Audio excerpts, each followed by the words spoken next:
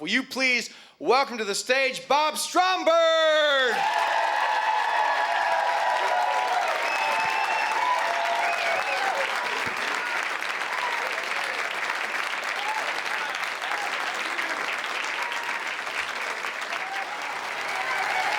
Well, thank you very much. So I was thinking we can pull this together. We can make this work and create a sense of community. And really, that's what I want to do tonight. I want to create a sense of community, a sense of family here. Well, because how many of you here even tonight are from families? Yeah? Okay, just a couple. So I was thinking, what better way to create a sense of community than by singing a song together? Because how many of you have heard the expression, music is the universal language? How many of you have heard that? Yeah. That's a lie. That's absolutely untrue. Few things are better than music, I've found, at dividing families right down the middle. At least that was true in my own home. So I was thinking, what is a song that we could sing that everybody would pull us together, that everybody would enjoy? And I went right back to my roots to get this song. I used to sing this song in our little church back in Pennsylvania. We used to sing this song every Wednesday night, and every Sunday night somebody would raise their hand and say, "Pastor, can we sing it again?" And then he'd look at Ostrid at the piano, and she'd begin to play, and we would sing. And I thought, what better place than right here at Bananas tonight to sing this song? So let's just sing it together.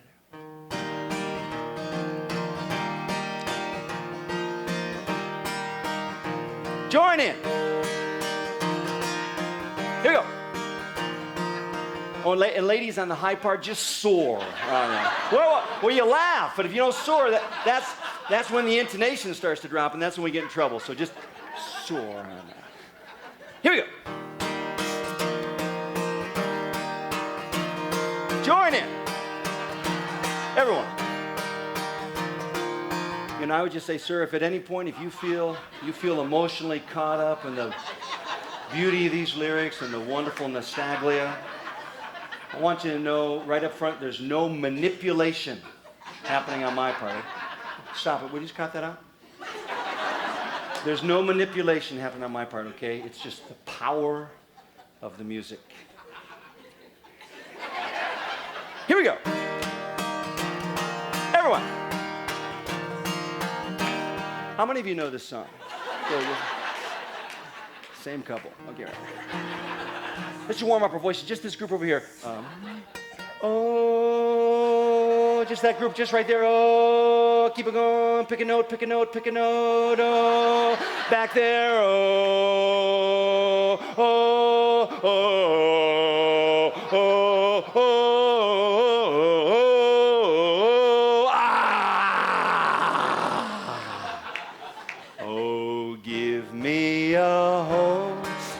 The buffalo roam.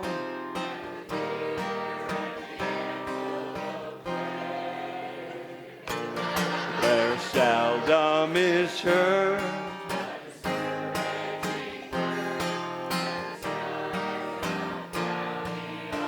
and the skies are not cloudy all day. Sing it out. Home, home on the range.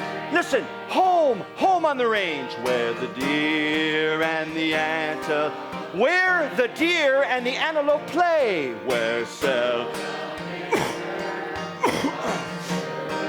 where seldom is heard. Young lady, what's your first name?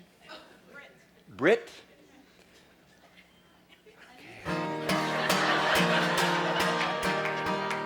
Britt, maybe if you didn't sing quite so loudly. I can't. And the skies are not cloudy all day. Excellent. Maybe you don't know, there's another song where if half of the group sings, "Oh, give me," except for you, Britt, be a little soft. The other half, God bless you. If the other half sings this other song at the same time, so it actually would technically be having two songs happening simultaneously. It would be beautiful. Just glorious. So let's sing it together. Here we are. Here's that other song. I'll give you a line. Sing it back to me. My home's in Montana. My home's in Montana. I wear a bandana. My spurs are of silver, my pony is gray. Here we are. My spurs are of silver, my pony is gray. While out on the ranges, My luck never changes. With foot in the stirrup, I gallop away. Here we are. With foot in the stirrup, I gallop away. Okay, from the top now. Ready? My horse, my man, panorama, damn, push out of the grave. I'm looking to change the foot. The foot in the stirrup, I nerve away. Can't you just smell the trail? Here we are. My home's in Montana. I wear a bandana. My, save me my. Okay, Britt, maybe if you didn't sing at all. All right. You know, I didn't think this was going to be necessary. But fortunately, I think that we're doing all right on time. Aren't we doing okay, Thor? Okay, I will just hold these up and you can read that word, translate that picture, we'll sing together. My home, ready, let's sing. My home's in Montana. Again, I realize this could be Colorado or Wyoming, but we're going to stay in Montana just for this evening, okay? I wear a bandana. Excellent. My spurs are of strong tendency to sing. My boots are of leather. Focus right there. That's confusing, I know. I know. My pony is gray while out on the ranges. Some of you are reading that first word. That's good. Trust that. My luck never changes. With foot in the stirrup, I gallop away. Excellent, students. Now, again, I didn't think that this was really necessary to use these helpful cards. Unfortunately, I think that we're still doing okay on time, okay? So I would just flip through these cards while strumming. All right. Here we go. All right. All right. Sir, whenever you mind helping out with this, that'd be all right? Hop right up here. You could hold these for me. Okay. Yeah. It would be you. That's a spot right there. Okay, what's your first name? Tim. That's right. Say hello, Tim. Say hello, bananas. Hello, bananas. No, I meant him. He would say that. Hello, Tim. Hello, bananas. Yeah, you got some friends out there, Tim, I'll tell you. That guy right behind you there, he's your best buddy. I could tell because he was really excited when you got chosen, I'll tell you that. First, I thought he was sick because when I looked out there originally, I was hoping for him, but he put his head right in his lap. That's why I saw you, Tim. So let's follow Tim. Here we are. Everyone. Tim, let's get a little rhythm going here. We'll sort of lean that way and then back to the back. That's right. Here we are. Follow Tim. My home's in Montana. Go! I wear a band. Go! My cow spurs are of. Go! My pony is great. Go! While out on the. Go! My forget the rhythm. Never go. With foot in the. Go! I gallop. Excellent, Tim, a little faster now. My home right here, grab it. Here we are. My home's in Montana. I bandana. I wear a band. Spurs and boots. My spurs are horse. My pony is wow, wow, loud. My luck, my luck, my luck. Now, my luck never foot. With foot in the stir. No, yeah, gallop. Do a big hand. Good job, Tim. Thanks. That's fine. That's fine. That's good. Hey,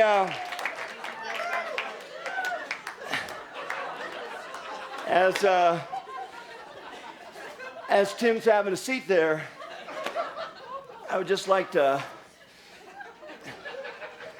take a quick moment, if I could, to thank you personally, Tim. Pardon? You're welcome. Yeah. For taking the time to pick these up and put them in a nice neat pile.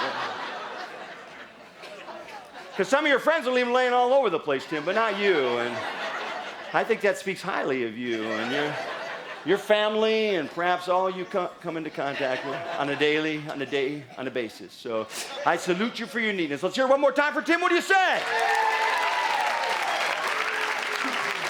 Okay, let's just do this.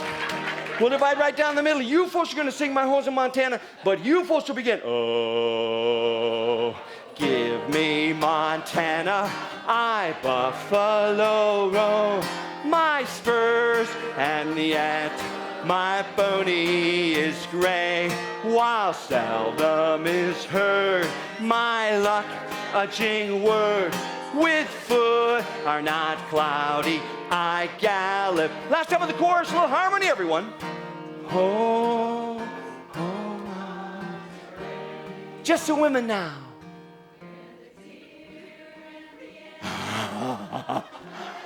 Just the men now.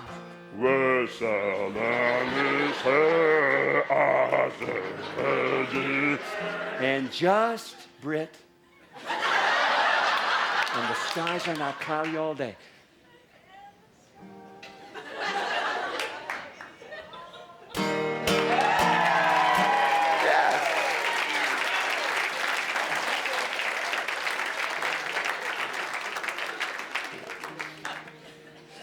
Thanks, that's great, Tim. Thanks, Brett. I wrote my first song when I was like 12 or 13 years of age, and I wrote it on guitar, although just as a little musical background here, because I know you're fascinated. I didn't always play guitar. In fact, when I was a child growing up, my favorite TV program, this is fascinating, my favorite TV program, and my parents' favorite TV program, and my grandparents' favorite TV program, so is this different or what? It was Lawrence Welk. And I wanted more than anything in life to be like Myron Florin. So how many of you remember who Myron was? I think he still is. He plays the accordion. And I wanted to be like Myron. So there was a lady in my town. I grew up, by the way, in this little town called Port Allegheny, Pennsylvania. Just out of interest, this has never happened, but I wonder if anybody here has ever been to Port Allegheny before. Have you? Brit? Okay. I thought you seemed vaguely familiar to me. So anyway, there was a lady in my town who taught accordion. Well, you remember. And she came up to my house when I was 5 years old, and she brought along a 2x4. It was like this long. And on the 2x4, she put white pieces of adhesive tape to represent the white keyboard, or white keys on the keyboard. And then she put shorter pieces of black tape to represent the black keys. And she put the board between my shoulder and my knee, and she went like this. She said, "Bobby, can you go like this on the board?" And I did it. She said, "Young man, I could teach you how to play the accordion if your folks can pay." So I took lessons for 7.5 years, 3 years on the board, and then I actually got a revision. I might have played that thing the rest of my life had I not gone away to a Bible camp. Now, how many of you have ever been to a Bible camp, or even any summer camp for that matter? You know, it's like then, it's the last night of camp. At my camp, it was Friday. There's a big campfire going, and the bugs are coming in, and the sun's setting, and the boats are shifting keys. They go by on the lake, and then there's a time of sort of upbeat rah-rah singing, and then the head counselor at that time, who was the most responsible person, really in charge. He was like 17. He would stand up by the campfire and well, first there would be a time of upbeat singing, and then the speaker would speak for a really long time. And then when that was done, the campfire's kind of dying down, getting kind of smoky. There's just a little coals there now at this point. It's pitch black, and the head counselor would stand up by that smoky fire, and he'd go, "All right, listen up." Oh, geez. It's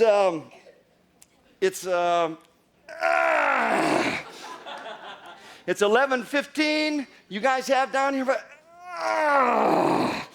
you guys have down here till 11:45. Lights out, midnight, absolute latest. Then all the college counselors would disappear, and we would be left around that romantic campfire by ourselves. Now, do not miss the significance of 150 junior high school boys alone around this romantic campfire. And though it's true, all the boys were on one side and all the girls on the other, those semicircles do nudge on the edges there, of course. And it was pretty exciting. And I remember a couple of the older junior high school boys, I think they'd hung back a few years. They stood up with their folk guitars, and they played these romantic folk songs. In retrospect, they probably, as I remember them now, they weren't really probably all that certainly the lyrics were not very romantic, or even the melodies. So I think it was hormones. I think that's what it was that caused that. Songs like this, you know this, so sing this with me. Except Brett. Michael rowed the boat ashore, hallelujah. Michael rowed the boat ashore, hallelujah. Then I would stand up with my accordion and play Beer Barrel Polka. And because of this, I had no friends my age. And I came back from camp, and my dad met me at the bus, and I said, Dad, I know you won't understand this, but I just can't play this instrument anymore. I just feel too embarrassed about it. He goes, your mother and I will discuss this.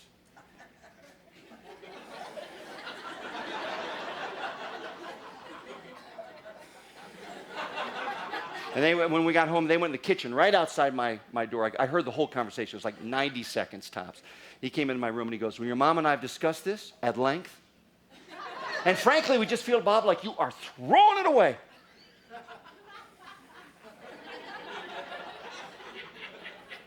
Seven and a half years of lessons, young man. Throwing it away.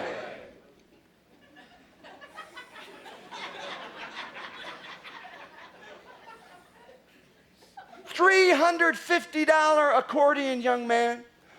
Throwing it away. $25 board.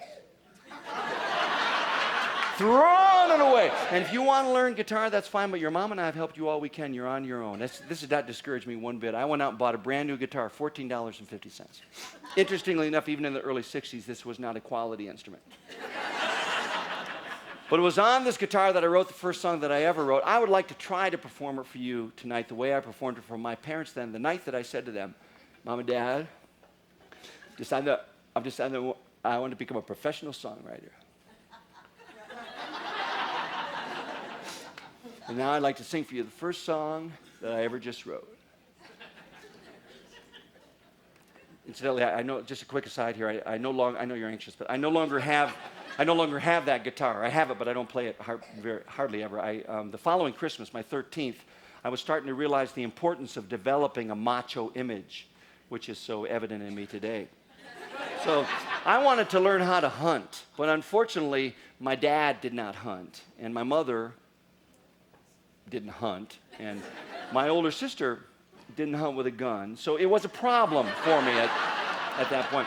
But my uncle, my favorite uncle, because he always had solutions to everything, he came up with a solution for my dad. He said to my dad, whose name is also Bob, my uncle said, hey, Bob, how about it for Christmas if you buy Bobby a bow? So for my 13th Christmas, he bought me this bow, and then the following year, he got me this arrow. And the bow was 30-pound test. Anybody know what that means, 30-pound test? I mean, is that very powerful, young man? 30 pounds? No, I mean, could it kill something? I mean, if there was a bug on the tip already.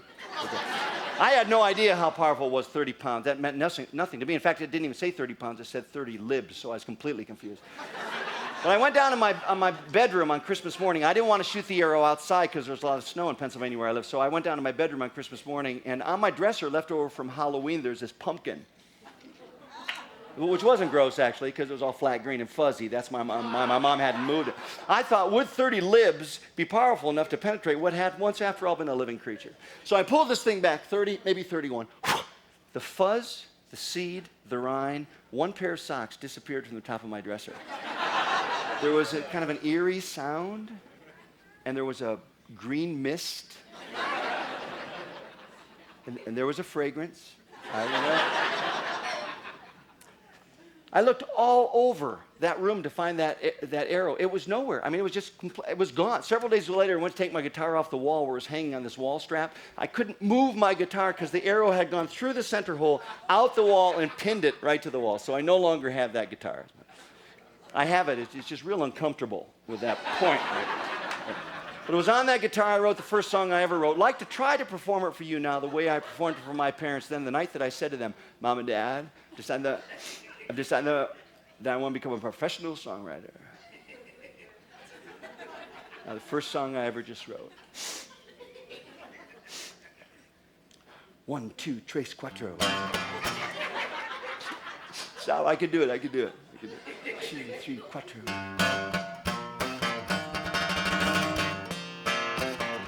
boys say gonna go and see Surfer Sam. Well, you know, they say that he's a real neat man. He plays the guitar and he hits the beat. Man, that guy is really neat. Ooh. Everybody in the chorus.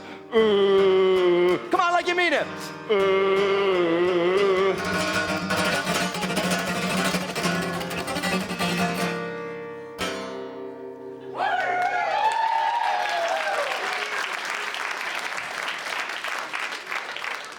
My mom was really moved by this.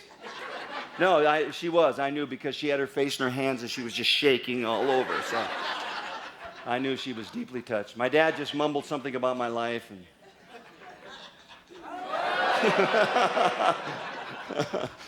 oh.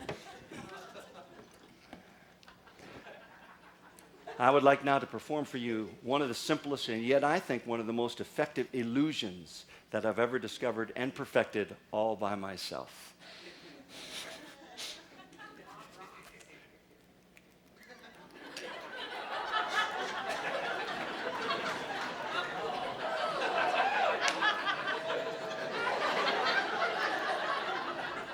All right, I realize some of you are saying, why would you want to discover or perfect that all by yourself? This was an accident. I was working for kindergarten through third grade. 600 K-3 are seated on cross-legged on a gymnasium floor. I was trying to teach them another illusion. In fact, they did learn this, so being more coordinated, most of you could probably learn this even more quickly. Try this once, everybody. Just put your hands like this. Okay. Good. Now begin with one of your pointing fingers, not both, just one, straighten out one. And then the next finger to it straightens out. And the next, and the little finger. Now, if your hand's in the right position, you have another little finger right there. That would be good. Be thankful for that. That one opens up right down the row till they're all open. Now, the last one that you just opened, that's the first one you close. Right down the row. There's a little one, another little one, till they're all closed. That's very simple and very boring, I know. And unless you practice this every day, you can start to speed it up. Starts to look kind of neat. Watch.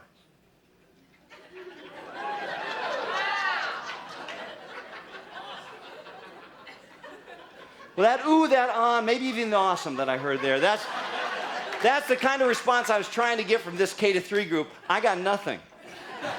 Zip, squat, and I knew why. It was 8:15 in the morning. I had been driving for 4 hours to get to this school. It was in New England at the time. Icy roads, terribly icy roads. I'm looking through one little piece of clear window down by the bottom of the wiper there, white knuckling it, nervous wreck. I'm a half an hour late to the school.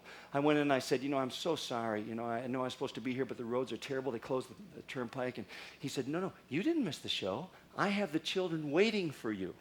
He had 600 K-3ers in there for half an hour on a cold gym floor waiting for me to get there. You people know the attention span of a K-3er on a good day. Total. Maximum is 30 to 40 seconds. They've been in there for a half an hour. I just said, children, try this. Put your hands just like this. Anything to get their attention. Put your hands like this. They all did it. Even the youngest kindergarten students in the front put their hands together. I said, now let's begin slowly and go down the row. They did just fine. I said, now children, it doesn't look like much if you do it slowly, does it? With a little bit of practice, you can start to speed it up. It starts to look kind of neat. Watch. See, I wasn't thinking how tense I had been for 4 hours. It starts to look kind of neat. Watch.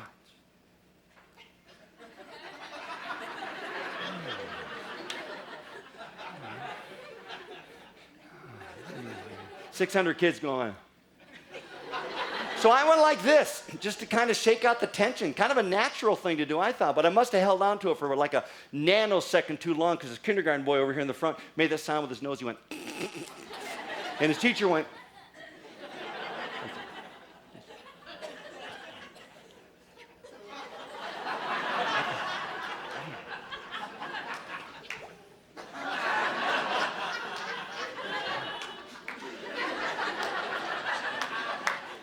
So I held on to it a little bit longer till I heard the child say, "It's rubber."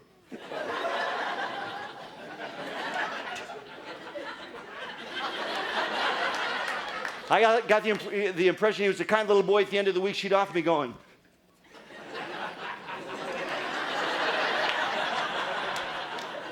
So I held on to it a little bit longer. This is true, people. I actually heard his teacher say, "It is rubber." Oh. I'll show you another fun illusion. Watch this.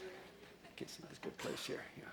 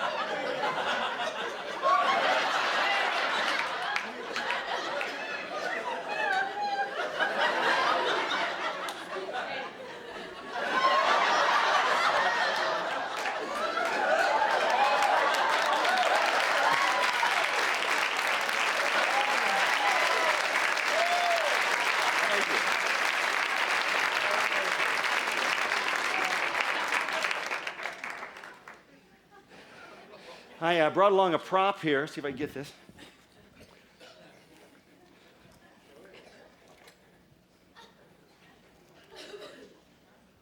Lots of fun things you can do with a simple prop like this. I'll show you a couple. Watch this.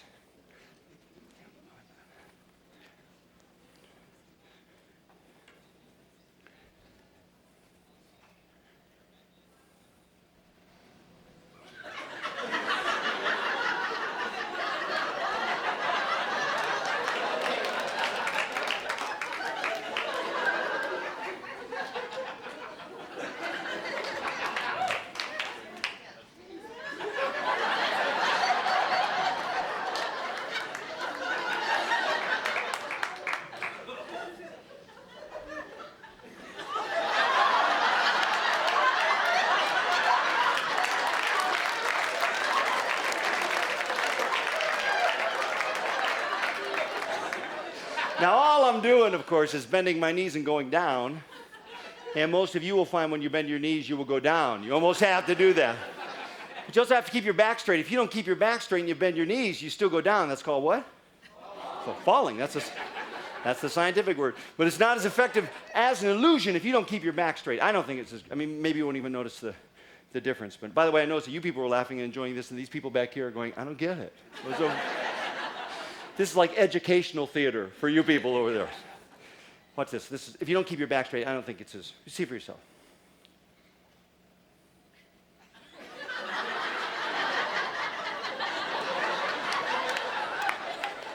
I mean, come on, people, you tell me, what is this?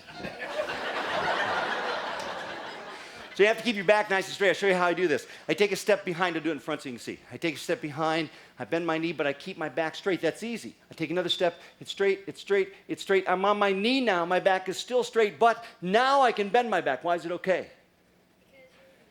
Yeah, can't see it, right? So I can go down like this, and you people think that my head is connected. Well, it is. It's connected. But you also want to make sure you get behind whatever you're using, okay? And by the way, you're being very nice. You're very nice, much better than you were for Thor. I think we're coming together now. It feels like we're back at least to where when he started. So that's a good thing. But I can just tell with some of the men who are kind of looking at your wives and going, I'm never going to try that, you know. But you will. And when you do, you want to keep your back straight. Make sure you get behind. This is not effective out here, all right? So get behind there. And you also want to make sure you get behind the couch or the counter or the table there. You also want to make sure that each step that you take is about the size of the steps that you took and about the size of the next steps that you're going. You may not think this is important. I just don't think it's nearly as effective when that second step is not the same size. My family and I, we went on this vacation, and we went to this McDonald's in Southern Illinois. That was not the goal of our vacation. We were just passing through there. And they're all the same. There's like a serving area here, and there's eating area, and there's a divider and a serving area back here. This particular McDonald's was a little different because the divider, usually it's a brass railing or a planter box or something. This divider was an aquarium that sat upon a box with dimensions about like my curtain. The aquarium went into the ceiling. It's like 8-9 feet long, 2-3 feet thick. And from the serving area back here, you kind of find yourself drawn to looking through past those plants and the fish to the squiggly shapes of people eating their burgers on the other side. This is one of the few times in my life I've actually ever gone into a public place, uninvited, unpaid, certainly, and largely unappreciated. I'll show you what I did. Watch. This is something I did. I'm not recommending this to any of you, just so you know.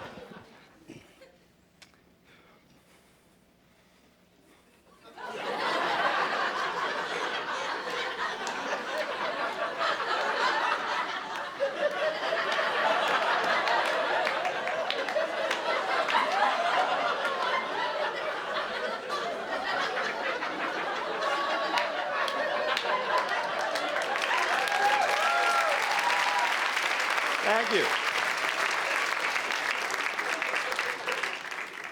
Could you sort of grab that there, sir? Yeah, thank you very much. Just anywhere it'll go. Yeah.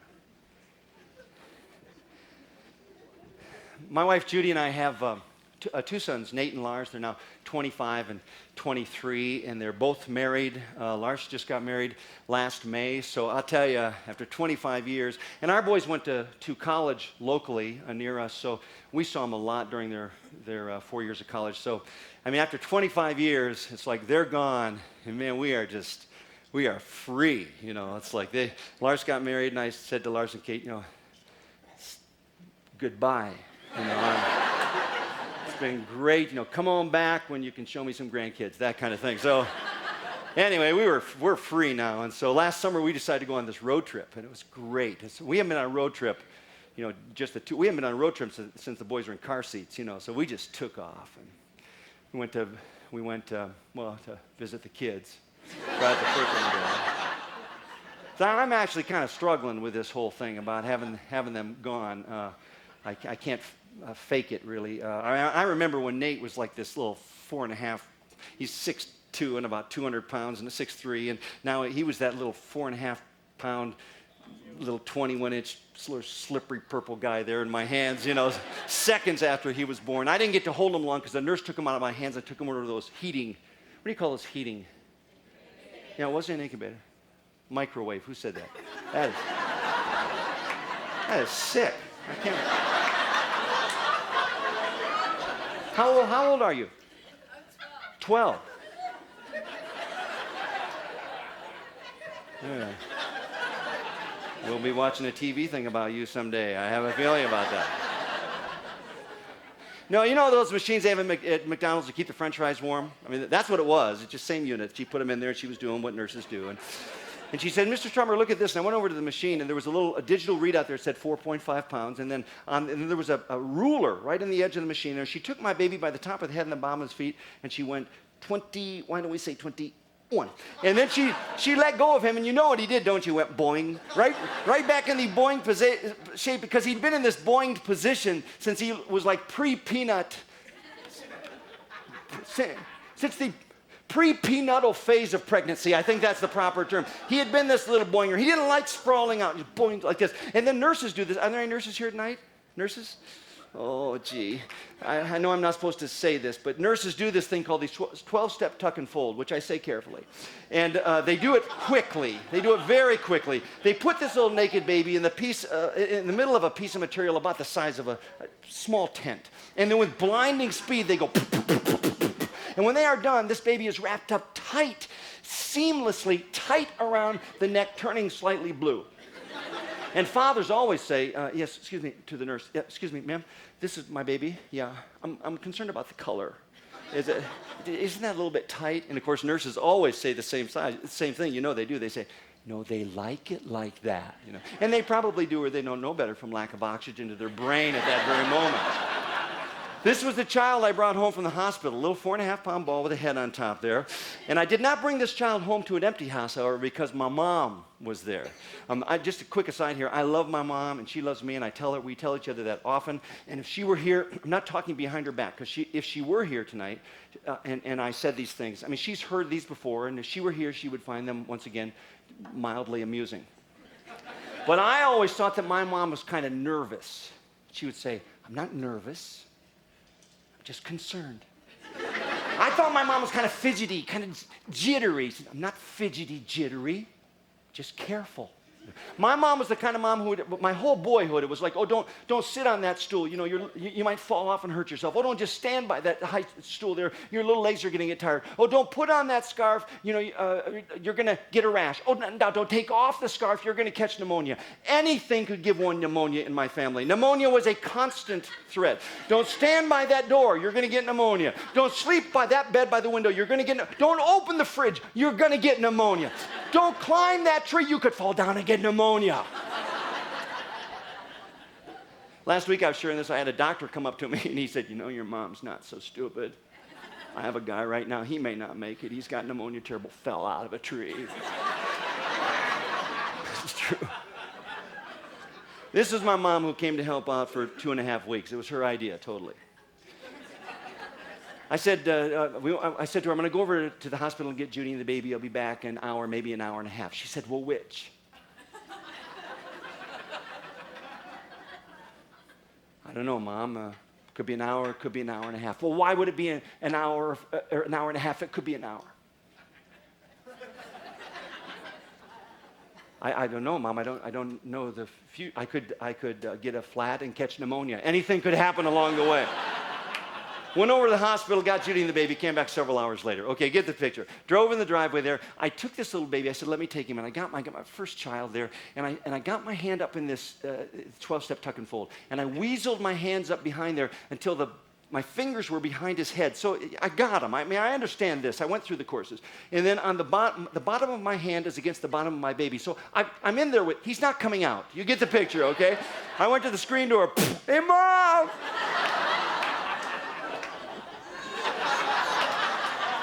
That's okay. When we put that baby in his crib, we knew he was safe. You want to know why? Do you want to know why? Do you want to know why? Because he couldn't move. If we put him like this, we came back an hour later, he's like this. He can't move. He has no muscles in his neck. I mean, they're there, but they're like rubber band size. And then you forget this as parents, whether it's 2 weeks or 6 weeks or 3 months, I don't know what, but he was laying on his tummy in the living room rug one day. It was so exciting. He had his head like this, laying on the floor. He went like this. He went.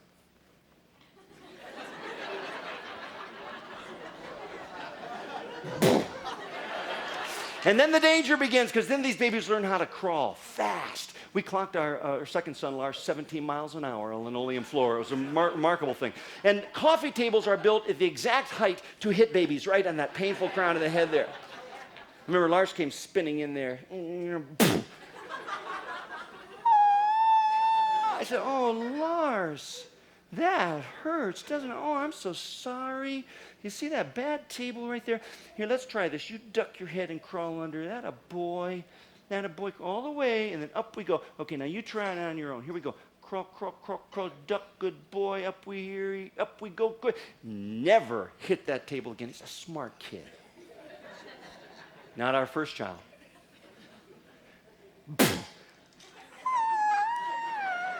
Oh, Nate, I'm so sorry. That hurts, doesn't it? Here, we try it on your own. Duck underneath. Okay, crawl. Okay, you're scraping. You feel it? Scraping. You're scraping. Up we go. Okay, you try it on your own. Crawl, crawl, crawl, crawl. No. You have to duck your head. Crawl, crawl. No. It was like, let me help you. It was like the kid was denying his own dimensions, which were changing as his head got bigger and bigger and bigger. This is the same boy who decided not to walk till he's 15 months old. That's fine with me. I said, you know what? You're safe for sitting right where you are, right there. But when he could walk, I said, Nate, you can come to Dad? He went.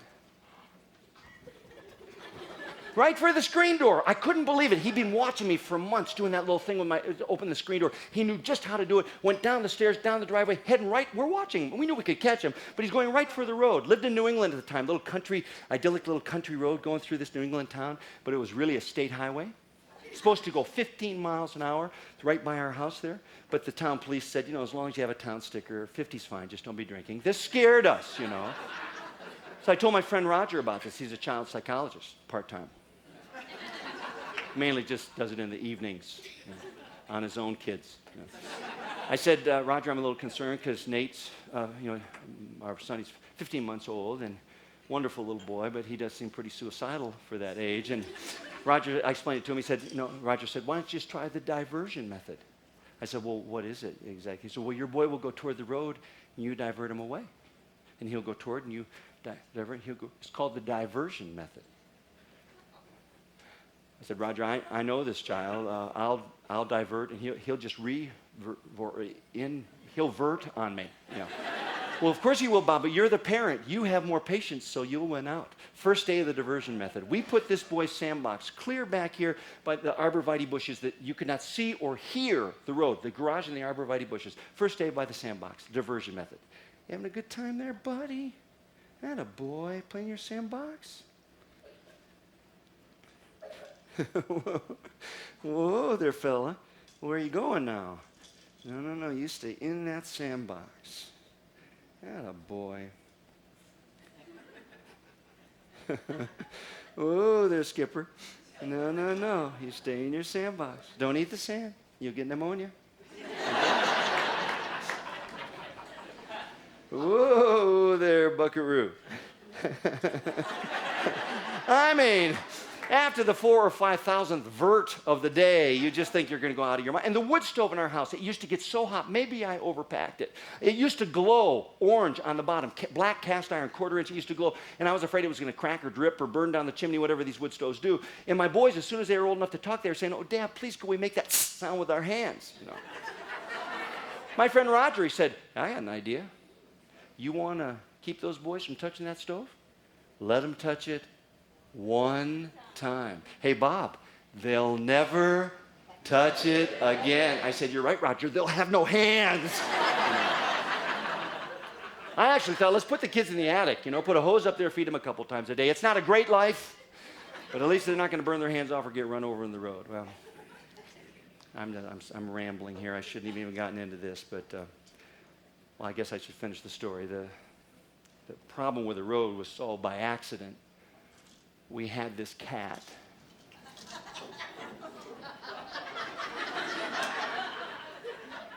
Notice I say we had this cat.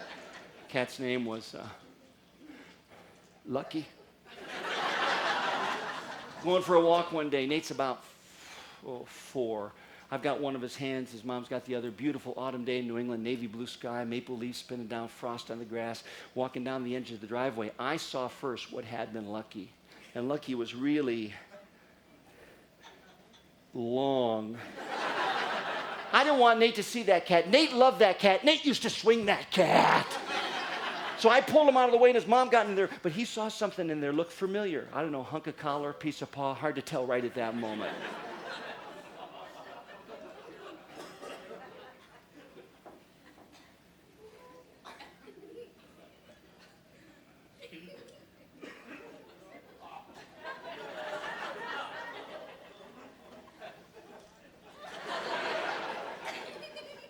Bad cat!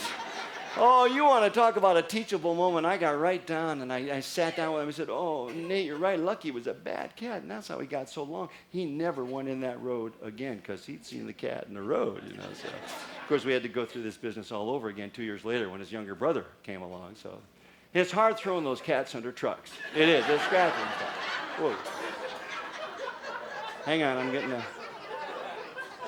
I hear you. I'm getting a message here. Okay. Move it along. Move it along. Okay. I don't actually have an earpiece. I'm just hearing voices tonight. But I will try to wrap things up here. As long as I feel like we've come so far tonight as an audience, certainly from when I came up on stage. You've gelled. I feel like we've come together as a family, and you're going to be able to leave happy now, and I'm pleased that we were able to do that. Feel like a community, and I feel like you're. Well, it's not like you're family, but I feel like you're a strange audience, or I don't know anybody, and that makes me vulnerable. I feel like I can share things with you that I couldn't with my own family. So, I would like to just end with a confession tonight, which I've never told anybody, but I did something as a child, and sometimes if you just share it. This is not a funny part now, all right? Sometimes if you just share it, it makes you feel better. So I did this when I was 6, and my cousins and I. And well, actually, I could show you. It might be better than always in acting school. They said show, don't tell. So I'll show you. This is, I'm 6 years old. My mom has sent me to my room. Yes, I am wrapping up. My mom has sent me to my room with these words. Wait until your father gets home. That's what I'm doing as this piece begins, and then you can witness our conversation. Thor left this sticky stuff all over the seat up here, too. We'll leave it. I want to sit on that.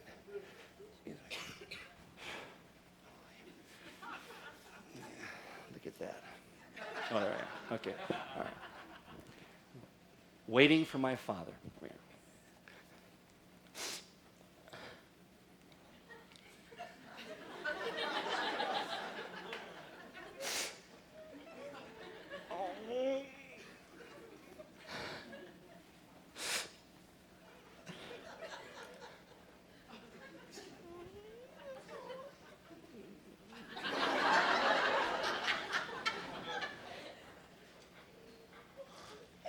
What? No. What? Oh! Wasn't bad.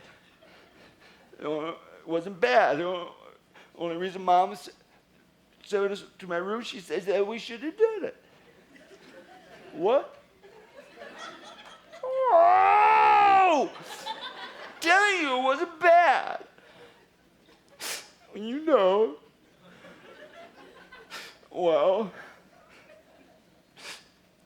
me and Earl and John climbed up in the apple tree, and as soon as we got up it, all these cows came underneath it. There's about 50 of them. And that's why the reason why we couldn't get down out of the tree, because there's so many. We didn't want to climb down because there's just cows all over the place, and that's why we didn't. And that's why Mom said we should have did what we done. Oh, it wasn't bad, I'm telling you. Oh, Dad. Well, all those cows, they still wouldn't move, so.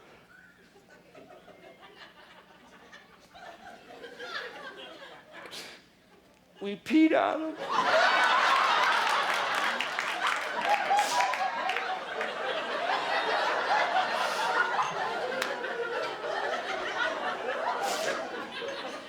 Well, they liked it. Thank you, everybody. Great to be with you. Thank you. Thank you very much. Okay, I need to get a volunteer here tonight, so you can, how about the guy in plaid, red plaid, kind of plaidish. Is it red? Can't really tell. Yeah, come on up here. Yeah. Come on up. We're sort of on a time schedule. What's your name? Paul. Paul, good to meet you. Paul, I'm going to have you do something for me, okay? Now, just so they know, we have not, you do not know what we're doing here. You've not done this before. Is that correct? Correct. Okay, all right. So, Paul, here's what I want you to do. If you would just roll up your left sleeve. That's the hardest part, getting that button undone there. Good boy. All right. Okay, Paul, now I'm going to do this with my hands. My hands are going to be in this exact position. Now, all I want you to do, Paul, is to bring up your left hand and rest the bottom of your hand right here, and then just kind of like this. And then while that's rested, kind of scratch right there. Kind of slowly scratch right there. Yeah, you can do it even a little more slowly. If you do it, you'll be the star, honestly, I promise you. Okay? That's right. Okay? Then, from that position, I want you to bring your index finger up, and I want you to bring it up. You'll bring it up, and you'll put it right there. Go ahead and put it right there, your index finger. Put it right in there. You can actually bring your hand up at that point, and just kind of move it. Don't push real hard, because I won't be able to hold much hard, but just kind of wiggle it back and forth right there. That's the spot. Okay, now look real careful so you can see which knuckle that is, Paul. You see which one it is? Okay. All right, then bring it back down where it was, and then like you have a steely in your hand, kind of go like that. All right, or BB, I mean, okay? And then hold that finger up and a little bit closer to this place right here. And I'm going to go like this, and I'm just going to pinch right like that, and then you pull your whole hand away, okay? Go ahead, pull it away. Okay, I'll pinch, and then you pull away. Now you don't have to do it real fast. Just kind of pull away and then slide your hand away, okay? That's good. Okay, now let's try it. You can actually slide your hand all the way away, okay? So I'll be going like this, and I'll just whisper. I'll say, okay, Paul. That'll be a really good cue. And then you'll bring up your left hand. That's right, right there. Just kind of slow, kind of scratch then. That's right. And then the index finger comes up to that place and kind of moves right back and forth. That's right. And you can wiggle a little bit more. That's right. Okay, and then bring it down. And then like you have a BB. That's right. And then bring up the index finger by this place. And I'll, not quite that far, though, right about there. And then I'll pinch it. And then you pull it away. Your whole hand, just pull it right away. That's right. Okay. All right. So Paul, just stay right here. I'm going to bring this prop up on stage. All right. We'll put that right here. And we'll begin. Okay, we have the lights, please. That would be great. I'll tell you a story.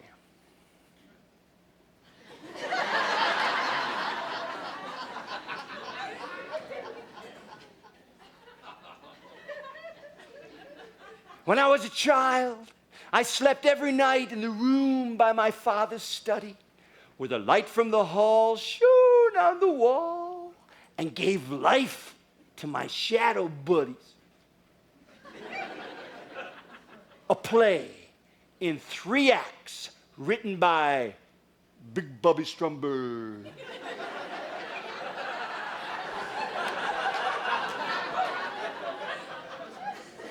Age 7, entitled The Rabbit and the Hound, Act 1.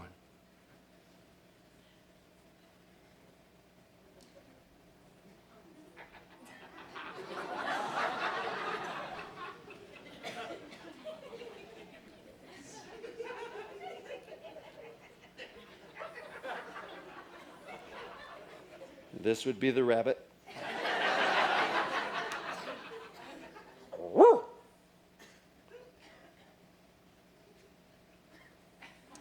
Woo! Hey, Dad, could you open up the door? Just a little bit more, please. Then my father's shadow would loom on the side of the room.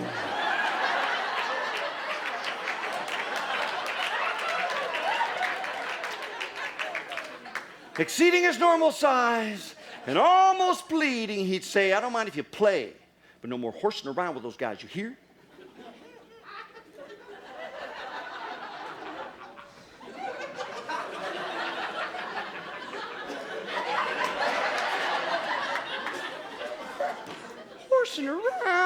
Horsing around.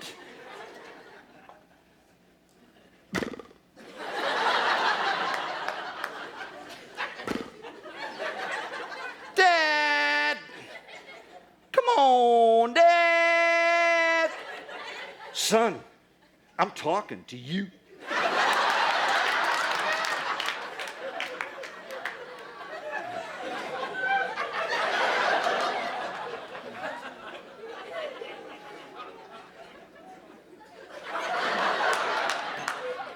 The Rabbit and the Hound, Act 2.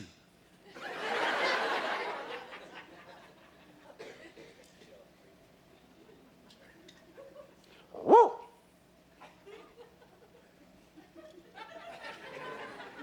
Woo!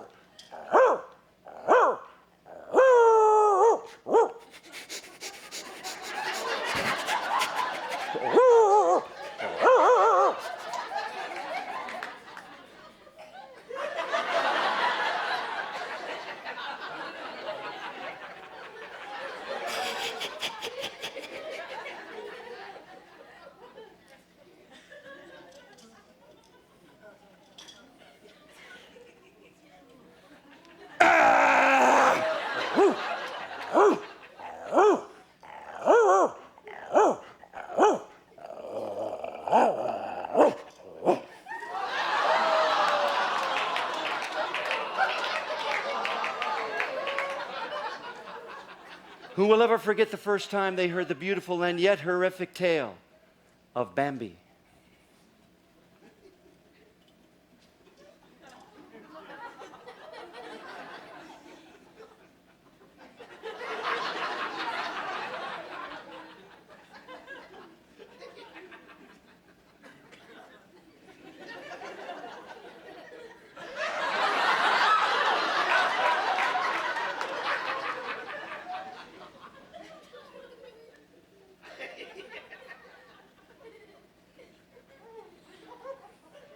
Hey, Dad, come another drink of water, please. No, son, you don't need more water. You can wait until morning. Oh, yeah, Dad, that's right. I don't need any water.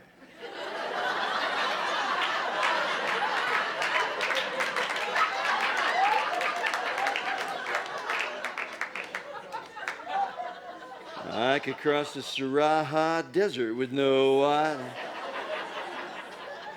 The Rabbit and the Hound, Act. The final act. Whoa, son, I said go to sleep. No more monkey business. No more monkey business. Monkey business indeed.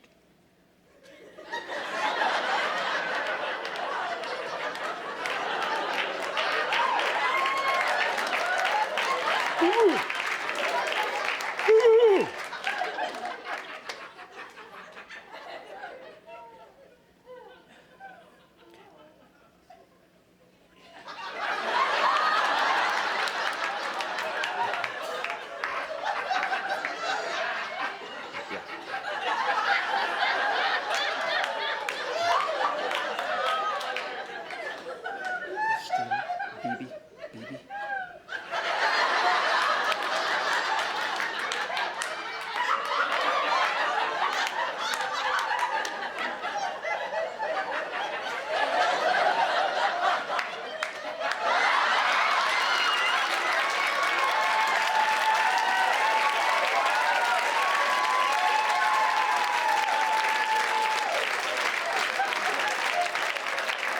Hey, Dad.